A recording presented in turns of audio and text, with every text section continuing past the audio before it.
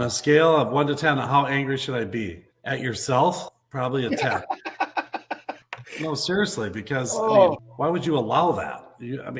They should have. Can I be honest with you, Chris? Let me throw this in there as you comment.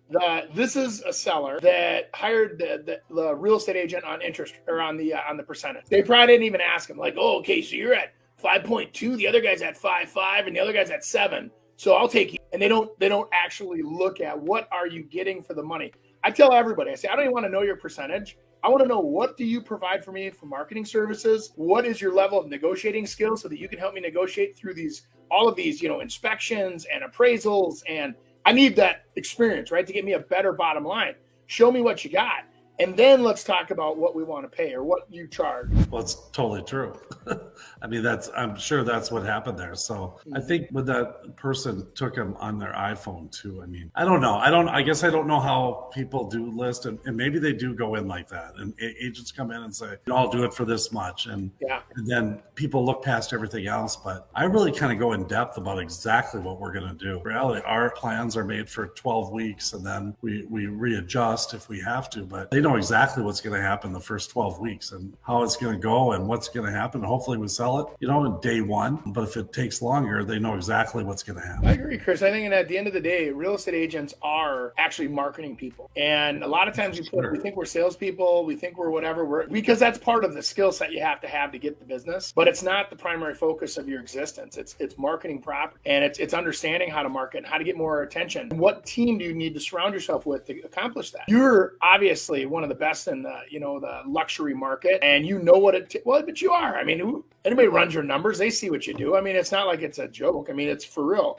And you know what you need to do to get those houses marketed.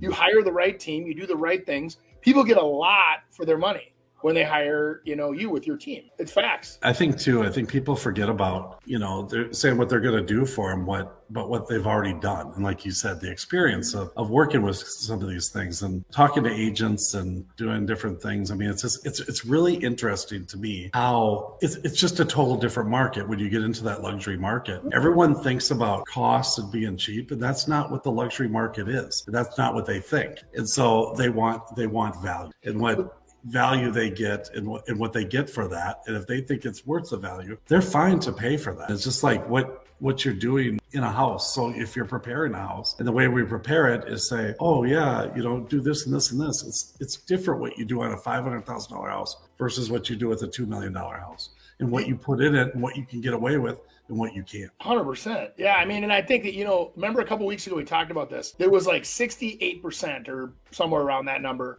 sales this year had an agent that did under under 2 transactions in the last 12 months. And they were talking about how agents are being hired without experience. That's the age of the internet, guys. You're clicking on hey, there's a pretty house, click a showing. You're getting the newest person in the business to show you that house. That's how they get business, because they don't have their own necessarily yet. They're on a big team that buys all of those leads. I hate to say it, but click a button, you become a lead. And then beyond that, you look at the experience. A lot of it's convenience. So we hey, let's go and we'll take an Uber downtown or whatever. Nobody interviews the Uber driver to say, hey, how much experience do you actually have? They hire them because of convenience. And I think that that's being rolled over into real estate. And that's why the real estate industry is getting in trouble right now with people not disclosing, that they're actually getting paid a commission or whatever, because they're so new and they're so inexperienced, and people are buying out of convenience. They're not buying out of experience, which will eventually flip back around. So those of us that are in the business and we're like, why don't people understand this? They will again. They'll get burned a couple of times, think real estate agents are all clowns. And then eventually, someday, the real estate association will start supporting those that have been around the longest, those with the most experience, and they'll start actually showcasing that versus hiding it. Right now, they're, hey, you're a realtor, you're the same as everybody